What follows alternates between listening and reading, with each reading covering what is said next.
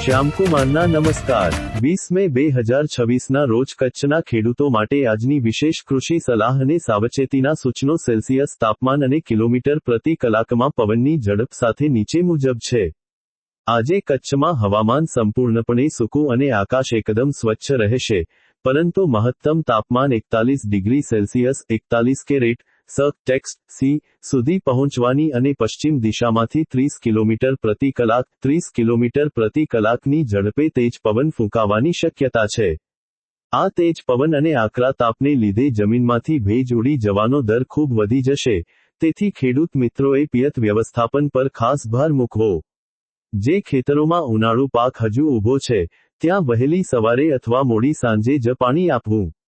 પવનની ગતિ વધુ હોવાને કારણે બપોરના સમયે પિયત આપવાનું બિલકુલ ટાળવું, નહીંતર ઊભો પાક નમી જવાની કે ઢળી પડવાની પૂરેપૂરી સંભાવના રહેશે।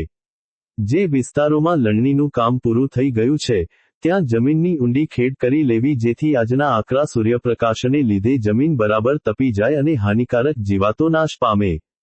બાગાયતી પાકોમાં ખારેકના બગીચા ધરાવતા ખેડૂતોએ આજના તેજ પવનથી લૂમને નુકસાન ન થાય તે માટે તેને યોગ્ય ટેકો આપવો અને ડ્રીપ ઇરિગેશન દ્વારા નિયમિત ભેજ જાળવી રાખવો।